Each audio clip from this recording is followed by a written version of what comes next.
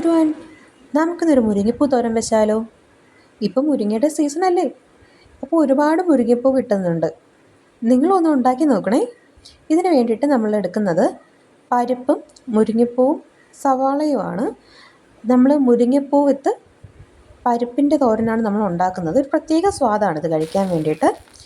ആദ്യം കടുക് പൊട്ടിച്ച് അതിലേക്ക് നമ്മുടെ സവാള ഇട്ട് സവാള ഒന്ന് വഴണ്ട് വരുന്ന സമയത്ത് അതിലേക്ക് നമുക്ക് കുറച്ച് ഉപ്പിട്ട് കൊടുക്കാം. ഉപ്പിട്ട് നന്നായിട്ടൊന്ന് വഴറ്റിയെടുക്കണം. ഈ വഴറ്റുന്ന സമയത്ത് നമുക്ക് പെട്ടെന്ന് തന്നെ ഈ പൂവെന്ന് പറയുന്ന സംഭവം നമുക്ക് പെട്ടെന്ന് തന്നെ വഴണ്ട് കിട്ടുന്ന സാധനമാണ്. അപ്പോൾ ഈ സവാള മാത്രം നമ്മൾ ജസ്റ്റ് ഒന്ന് നേരത്തെ ഒന്ന് മൂപ്പിച്ചെടുക്കുന്നതേ ഉള്ളൂ.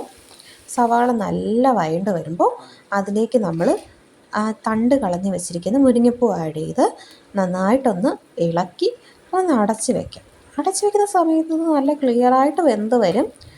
ഇതിലുള്ള ആ മുട്ടും പൂവും എല്ലാം നന്നായിട്ട് വേവും. കാരണം വളരെ ചെറിയ സമയം മതി ഇത് വേവാനായിട്ട്.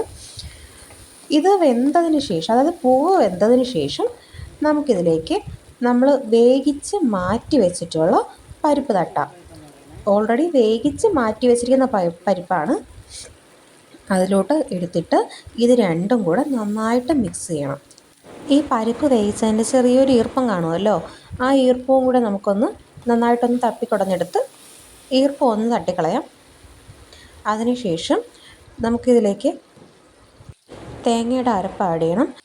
ഈ അരപ്പിനുള്ളിൽ നമ്മുടെ പച്ചമുളക്, കുറച്ച് ചെറിയ ജീരകം, പിന്നെ ഒരു അല്ലി വെളുത്തുള്ളി, ഇതെല്ലാം കൂടി ഇട്ട് തേങ്ങയിട്ട് അരച്ചെടുത്ത അരപ്പാണ്.